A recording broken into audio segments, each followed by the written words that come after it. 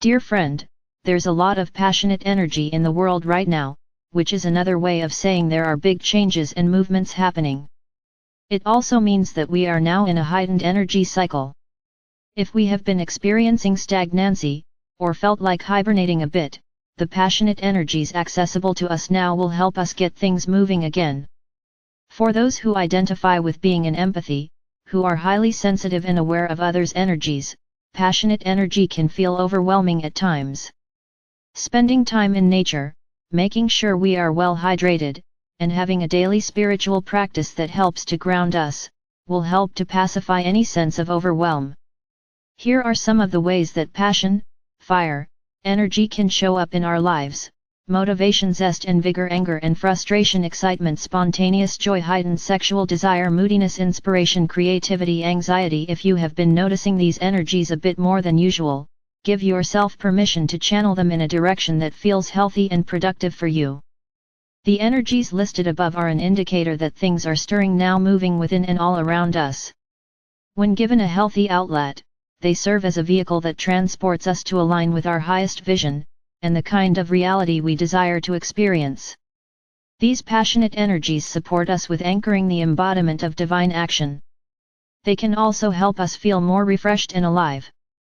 Now is the perfect time to begin new projects, make big decisions, travel, move, start a new relationship, invest, find a new hobby, or take a course to learn something new. A season of rewards from March 20th to about July 15th, we will enter a season of receiving many new blessings and rewards from all the hard work we've put in recent years towards our personal growth, healing, goals, and highest visions. The more committed and consistent we have been in doing our interpersonal work, the more rewarding this time will be. We will experience a jump start to a reward season during the second half of March, when a new wave of excitement, joy, and creativity will be in the air, supporting us in moving forward. If we are someone who tends to be a procrastinator or lacking in motivation, especially when it comes to being committed to loving and honoring ourselves in every way possible, this will be a time to refine and resolve this coping pattern. By choosing to recognize procrastination as the mind's way of creating a distraction, because it doesn't like change, we can now have compassion for that response, without allowing it to hold us back anymore. It also helps us realize that we have other choices.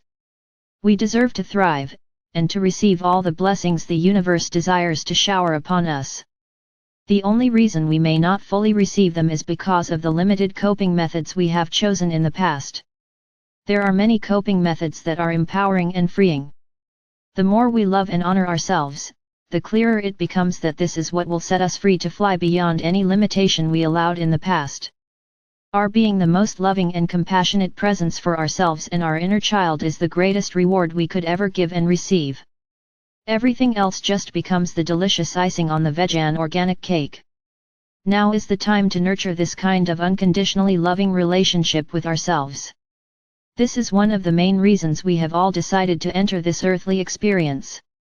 This is what many of the masters and sages who preceded us, such as Buddha, Kuan Yin, Jesus, and many others, were able to tap into. They were able to love and honor themselves to such a degree that it naturally poured into the experience of all those around them, those who were open and willing to receive love. This is why so many miracles were documented from those who spent time with these sages. They elevated the space they entered, and brought others into that space of unconditional love. Pure, unconditional love is the most powerful energy in all universes. Embody it, and one immediately becomes the most powerful energy in all universes.